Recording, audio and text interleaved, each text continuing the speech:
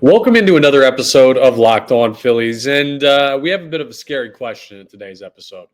Does 2025 have to be the Philadelphia Phillies year? The contract situation might point in that direction.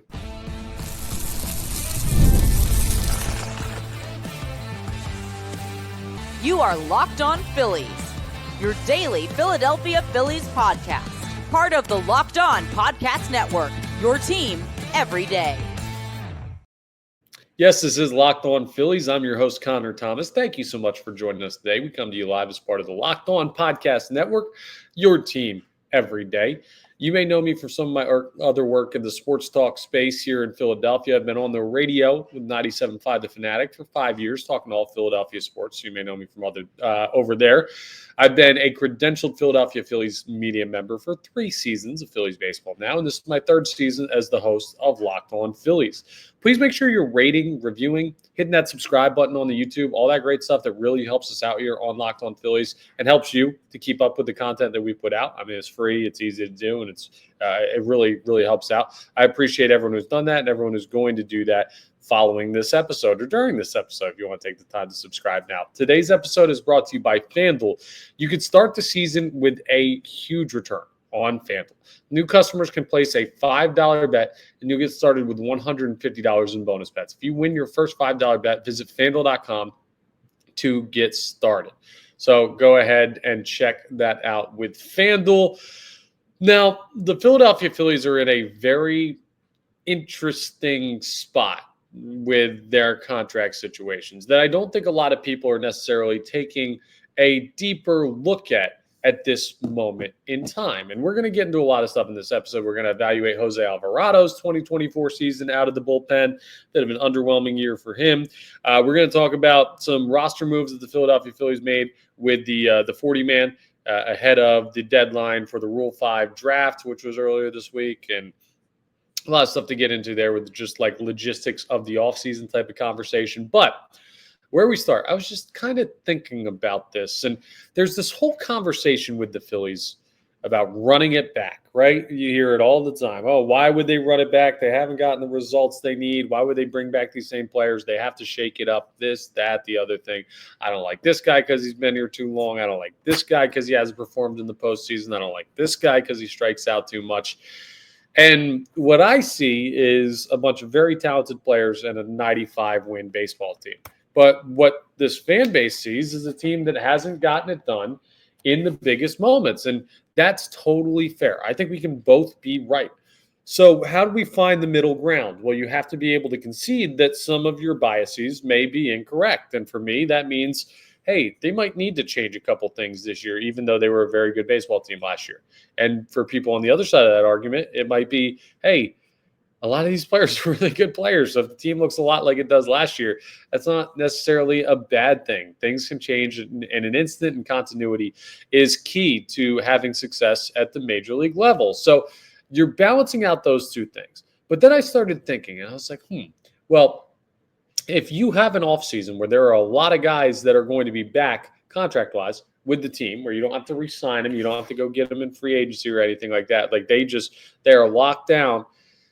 That rarely happens multiple times in a row.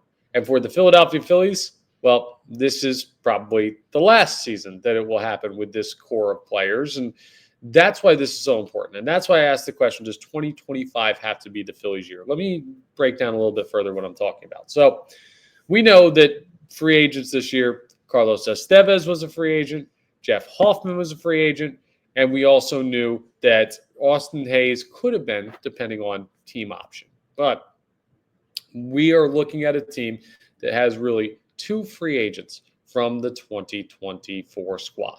And they're both relievers. And you can, not that they're bad, like those guys were outstanding, all-star caliber guys, but it wasn't your starting first baseman and your starting center fielder. Like, you're bringing back a large majority of this roster unless you make trades or you make signings and you release guys and do stuff like that. But next year, the guys that are going to be hitting free agency, just listen to this. There's a big 3 that you're going to want to keep an eye on. JT Realmuto's contract is up. Kyle Schwarber's contract is up. Ranger Suarez, who we've talked about, his contract is up. Those are three guys that are major impact guys. There was a point in this season where Ranger Suarez was the best pitcher in the rotation. It was a point. It was probably, honestly, about a month's worth of time, maybe even more than that at the start of the season. But he's a crazy talented pitcher that really balances out this rotation. That would be a huge loss. JT Realmuto, you saw what happened when he had the minor knee surgery and took that time off, and Garrett Stubbs and Rafael Marchand were the guys who filled in.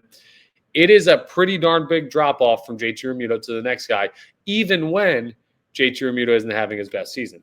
That's a major, major issue to try and replace JT Realmuto. Not that they can't do it, but it's going to be difficult.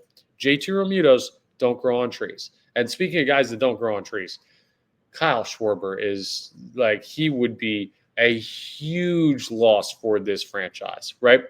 This is not the doomsday segment of like, see, well, look at what's happening. They're going to lose all these guys. They'll never recover. They're collapsing. No, that's not what I'm saying. I believe in the organization to find ways to make this work. And they could also potentially re-sign these guys. They could re-sign JT Realmuto to a more team-friendly deal to keep him here, and maybe it's in a split-time role. They could re-sign Kyle Schwarber to continue hitting 40 home runs out of the designated hitter spot until he's 40 years old. That's possible. They could re-sign Ranger Suarez to a lucrative long-term contract if they believe that he's capable of continuing to produce and being more durable. So that's not it. But I just live in a world where you want change to happen, right? If you're a non-run it back guy, if you're someone who's in favor of change for the Philadelphia Phillies organization, it seems like whether they do it this offseason or not, you're going to be forced to get your wish in following the 2025 season. Like, I don't see any way that we don't end up in a spot where one of those main three guys are no longer on the team. Like, they're not going to re-sign Schwarber, Harper, or not Schwarber, Harper. Sorry, I'm just used to listing all the big name guys. Schwarber, Realmuto, Suarez. They're not going to re-sign all of them. And those are leaders on the team. Like, make no mistake, JT Realmuto is a veteran leader. Kyle Schwarber is probably the vocal leader of the team. Ranger Suarez is a guy whose calm demeanor is a really big part of this pitching staff, and he makes people feel comfortable to see him out there on the mound. So things are changing, and not always for the better. That's the other thing that I look at when I think about if JT and Schwarber and Ranger are all off this team following this coming season. Is this team better off for it? It's really hard to say yes, right? Without knowing what the replacements are and without knowing what your opportunities are to move forward with guys in the organization and things like that, that just looking at the caliber of those players, it's near impossible to say, yes, you're better for that. So to everyone who's dying for change, there's going to be a time as early as this time next year where you're going to say, man, I really wish we could keep some of these guys. Or some of you who are on that side of the fence will say that. Maybe not everybody. Maybe there are some people who are crazy and just say, the Phillies should blow it up and start over, and this core isn't going to win. Okay. Well, they're a good baseball team, so you're going to have to live with it. But my point in all of this is, if you're anti-run it back, you're going to get your wish. And when you do, be careful what you wish for is going to be the ultimate. But all of this breaks down into the question of, does 2025 have to be the Philadelphia Phillies year? And my answer to that is no. But my answer to that with this core is yes, right? So I think the Phillies window extends past JT Realmuto and extends past Kyle Schwarber and extends past Ranger Suarez. I think they've done a really darn good job of starting to infuse youth into this 26-man roster. And I think they've got a solid cachet of minor league players where they're looking at a good chance to replenish this organization, or rather replenish the major league roster if and when these guys leave the organization. Like Andrew Painter coming up, replace Ranger Suarez. Great. Aiden Miller coming up, replace Alec Bohm. Great. Crawford coming up, replace, Nick Castellanos in right field. Great. That's the other guy we didn't talk about. Nick Castellanos will be on the final year of his deal. I mean, his contract's only $20 million, so he'll be very easy to move next offseason if the Phillies do want to trade him and get something back for him, which could be a plan. So that could be another guy that you look at. It could be a big four. But you're still going to have Harper, Turner, Wheeler, Nola, Sanchez, all of these guys that you feel pretty darn good about. Bryson Stott will still be here. Like some of the bullpen, Ryan Kirkring will still be here. You're still going to have a core that you can win with. If you have a core of Bryce Harper and Trey Turner, you're always going to be competitive. That window will always be open. So when people look at 2025 and they look at what's coming and they hear that almost doomsday prophecy from me, they might say, well, they better win it this year, then they better go all in. What you don't want to do is you go all in on a season, and then the only guys you have are Harper and Turner. And you end up having two overpaid guys, or not overpaid guys, but two highly paid guys, and no team to build around them. And you end up wasting a chance to continually be in the conversation. That's how you become the Shohei Ohtani, Mike Trout version of the Los Angeles Angels, where it's like, we've got this one guy and this other guy, and they can be as great as they want, but baseball's a team sport, and you're not going anywhere based on the merits of two men. If you can't pitch and you don't have a full lineup and stuff like that, like we've seen that. So, no, I don't want the Phillies to go all in. No, I don't think 2025 has to be the Philadelphia Phillies year. But if you want to see JT Realmuto hoist the trophy in Philadelphia, if you want to see Kyle Schwarber hoist the trophy in Philadelphia, Nick Castellanos, Ranger Suarez, this certainly could be the last rodeo for some of the Phillies' big stars. And that's something that should absolutely affect the way that the Philadelphia Phillies go about handling their business in free agency and over the offseason for the rest of 2024 and the start of the calendar year of 2025. Coming up next, we're going to evaluate a guy who's going to be here in Jose Alvarado. Maybe not all that much longer, though, if he continues to pitch like he did this year. But are we overcritical of what Jose Alvarado's 2024 season is? And should we look at the overall total stats for him? I'm going to tell you why not as we continue today's episode. Well, let's talk about FanDuel first, because you need to be ready to tackle the NFL action with FanDuel, America's #1 sportsbook. Right now, new customers can bet $5, and you can get $150 in bonus bets if you win. The FanDuel Sportsbook app gives you everything you need to place live bets on the NFL all in one place. So when you get a hunch in the middle of the game, you can check out the latest stats, view live play-by-play, and so much more on the same page where you place your bets. Just visit FanDuel.com to join today. Again, you're going to get started with $150 in bonus bets if you win your first $5 bet. So what should you do with that first $5 bet? Pick a heavy moneyline favorite. Pick a bet that's nearly guaranteed to win. It could only return a penny on the actual bet. But if you win your $5 bet, you'll get $150 in bonus bets if you win it. So go ahead and check it out. I mean, that's FanDuel.com that you need to use. Never waste a hunch and make every moment more with FanDuel, an official sportsbook partner of the NFL. All right, let's talk about Jose Alvarado and his 2024 season, because it's an interesting one, right? I'm just looking at his numbers right now, and the 29-year-old has some good years left still, and he still throws hard. He still has great stuff, but his numbers, 2-5, the record, which for relievers isn't that important, but a .3 WAR and a 4.09 ERA. That's just, it's not going to get it done from Jose Alvarado. It's absolutely not. And when you look at what he's done in years previous and the numbers that he's put up in Philadelphia, and you compare them to where he's at like right now with the Philadelphia Phillies, it's surprising that he came off the year that he had last year and he did that this year. With the Phillies, since joining the squad in 2021, remember he was a signing from the Tampa Bay Rays organization. He started off with a 4.2 ERA in 2021. And then he dropped that to a 3.18 in 2022. And you're like, okay, cool. Well, he might have found something in this organization. That's a step in the right direction. He has some good stuff. He could be really good. And then in 2023, last season before this one, he had a 1.74 ERA. He had that long streak of consecutive strikeouts. I have no idea how he was not an all-star. Now, he only threw 41 in the third innings because he had some injury issues in the middle of the season. And credit to him this year, 61 2/3 innings, his second highest mark of his major league career. But to go from 4.2 to 3.18 to 1.74 and then back up to 4.09 is just like, did we revert all the way? Did we fall completely apart? What in the world happened to Jose Alvarado? That's a down year if you look at the major numbers there. But what I will say is that if you break it down in a different way, you're actually looking at a season that doesn't look quite as bad. And part of this is because relievers' ERAs can be easily influenced by a handful of bad performances. Think about it. If you're a starter and you go out there and you give up 5 runs in 5 innings, you're looking at a situation where your ERA is 9. Okay, well, you can kind of overcome that because the next time you go out and you throw 5 scoreless innings, you've immediately cut that in half and you're looking at 4-5. So, okay, it's easier to cut down when you throw more innings. What that means for a reliever is if Jose Alvarado goes out there and he gives up, I don't know, 3 runs in 1 inning, well, his ERA is through the roof, and he's only going to throw 1 inning the next time and 1 inning the next time. And runs become infinitely more impactful for relievers, which is why ERA can be tricky, but also it means you have less outs to get, so you should be able to survive. So it all evens out at the end of the day. I'm not saying relievers' ERAs are misleading. I'm saying they can be if you have a couple of bad performances because they're very tough to work back from based on workload.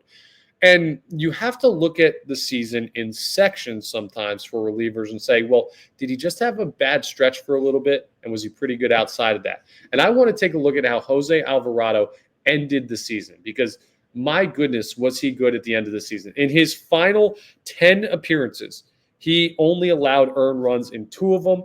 It was 3 total earned runs.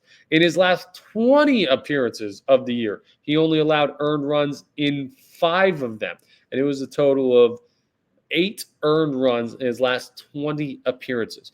That's not bad at all. I mean, once you got into August, right, he looked really, really sharp for his performance for that half of, or not that half of the year, but that part of the year. He really turned it on late. Jose Alvarado did. And that should be encouraging, right? That should make you more comfortable. And he still has stretches where he's really, really good. He didn't lose it, right? I don't think Jose Alvarado, the takeaway from his 2024 season is, oh no, this guy regressed. He stinks again. He's back to the guy he was when the Tampa Bay Rays decided that he was no longer worth the time in their organization or with their team.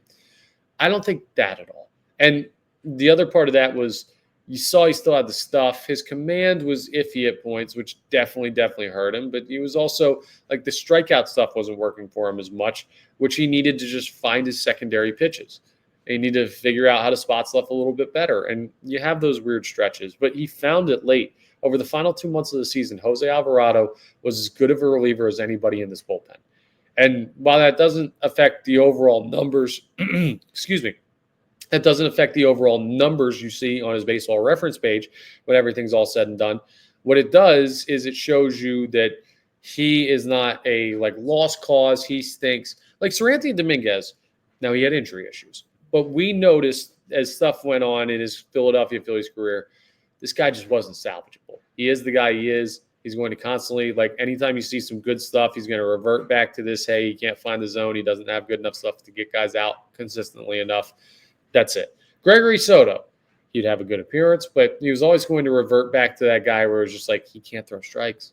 And if he does, they're hittable strikes, and he just doesn't have the stuff that you would imagine you'd get from an all-star caliber closer that you traded with the Detroit Tigers for. So, yeah, I don't think that's what you're seeing from Jose Alvarado. I think you saw a tough stretch of the season that led to the numbers being a little bit inflated, and I think that leads to us breaking it down a little bit further like we did just there. Just looking at some of his overall numbers for the season, we already talked about the innings pitched. Durability looks solid for him. It's the second most innings pitched in his career. We already talked about that. 63 strikeouts, though, in 61 2/3 innings pitched. He had 64 last year in 20 less innings. That's what I'm talking about. The strikeout numbers just weren't there. He had 81 in 10 less innings than this season in 2022. The strikeout stuff is just kind of, it dropped off a little bit for Jose Alvarado. He couldn't find it, and that's the biggest thing. And he also had 28 walks. That was more than he had by 10 in 2023 and more than he had by 4 in 2022. So, yeah, you need to figure that out. Now, encouraging, in 2021, Jose Alvarado had 47 walks. He literally couldn't find the strike zone. So 28 is not nearly his worst. And it's not anything he can't come back from. It's not 28, man, that's just such an insane amount. He's a lost cause. Nah, he had nearly double that in a season with the Philadelphia Phillies just 3 seasons ago. So it's not ideal for Alvarado. I'm not going to tell you he had a great year. I'm not going to give him a great grade, but I'm not going to tell you that he's washed, he stinks, he shouldn't be in this bullpen. As far as expectations are concerned, I'm going to give him a C-. I think that's fair, considering And I could probably give him honestly lower than that, but I think that the numbers are a little bit misleading when it comes to ERA. But going from a 1.74 ERA to a 4.09 ERA, that's a major, major drop off. And that is actually, you know what? I'm going to give him a D plus based on his expectations. I'm going to give him a C minus. Yeah, C minus based on his peers and other guys around baseball, right? He was a below average major league reliever this year when you look at the numbers and we think about the season. But he was even worse when you look at what he should have been based on his previous year's production. And it sucks to have to rip Jose Alvarado apart a little bit with a grading like that because I don't think his season was as bad as the numbers show, but it wasn't good. And it's one that he needs to significantly bounce back from in 2025. But hey, imagine if he does. The bullpen was already stacked with him not having his best season. And now you lose Hoffman and Estevez, which I know you got to overcome, but maybe you resign one of those guys that's still a potential. Bottom line is if Alvarado gets back to the guy that you think he can be, and he's only 29, it's not like he's in the back end of his career, you have a much different feel as to the back end of that bullpen in 2025. So that's my evaluation of Jose Alvarado. Coming up next, we're going to talk about some interesting moves by the Philadelphia Phillies. Tuesday was the deadline for the Rule 5 draft protection. I'll explain what that means and who the Philadelphia Phillies protected as we wrap up today's episode.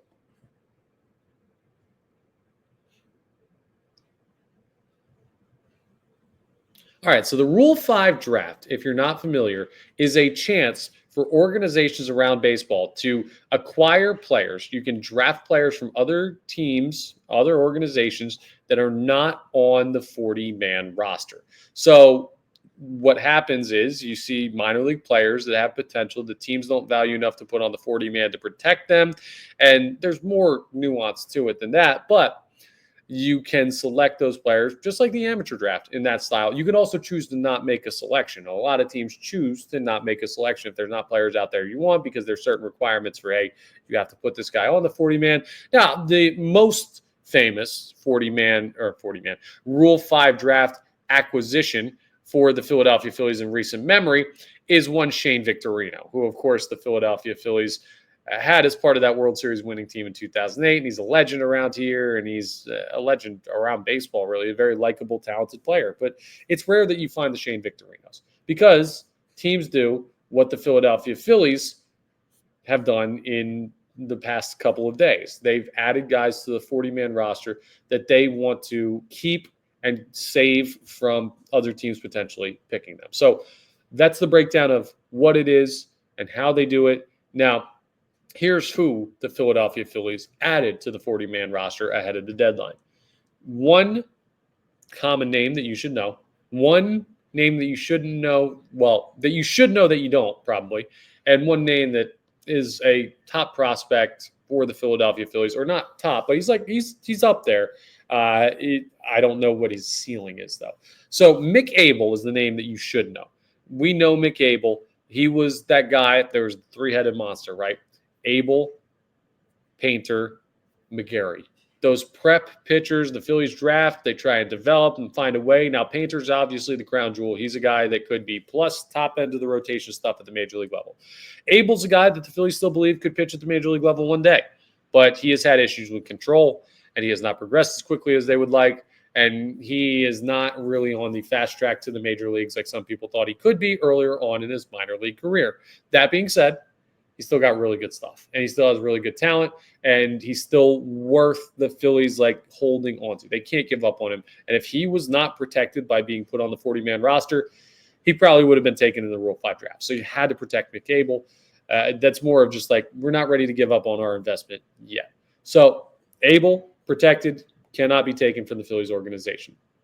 The next guy, the name that you don't know that you probably should, is Moises Chase. He was a guy that was acquired in the Gregory Soto trade with the Baltimore Orioles, and he was darn good for the Philadelphia Phillies minor league system since being acquired. He actually, I think he was co-pitcher of the month for the minor league organization at some point. He was very, very good once the Philadelphia Phillies acquired him. He's a guy that was highly touted in the Orioles system, and we'll see if he makes a difference for the Philadelphia Phillies at the major league level at any point. He may not. He may be a trade chip in the future if anyone needs a righty. I mean, he's only 21 years old, and he's only really pitched at single-A ball. So you're not looking at him as like, oh, well, he's going to come up next year and help the Philadelphia Phillies. But he is their number 13 prospect, and he is a guy, I believe he's 13. I might be getting those numbers. Sorry, number 26. Number 13 is the guy we're going to talk about coming up next. But he's their number 26 prospect. You trade him or you trade Gregory Soto for him. You want to make sure that you give yourself as good of a chance as possible to see that out to get the benefits of your trade, especially for a guy in Gregory Soto that you traded major league players for. So that's another guy that projected. And Jean Cabrera is the third player that was protected from the Rule 5 draft. Now, the first two pitchers, Cabrera, also a pitcher. Now, he's 23, and he's a guy that has only been in single-A ball as well. So you're looking at 23-year-old, hasn't made it past A ball. Why are you protecting him?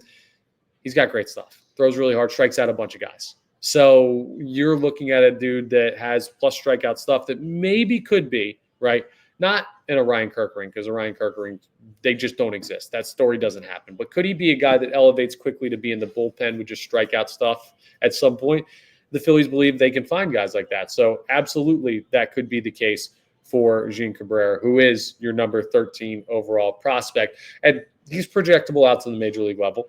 Not in a starting role, most likely, but again, in that bullpen role. And if you lose Hoffman, you lose Estevez, you've got a situation where you might need to find bullpen arms quickly.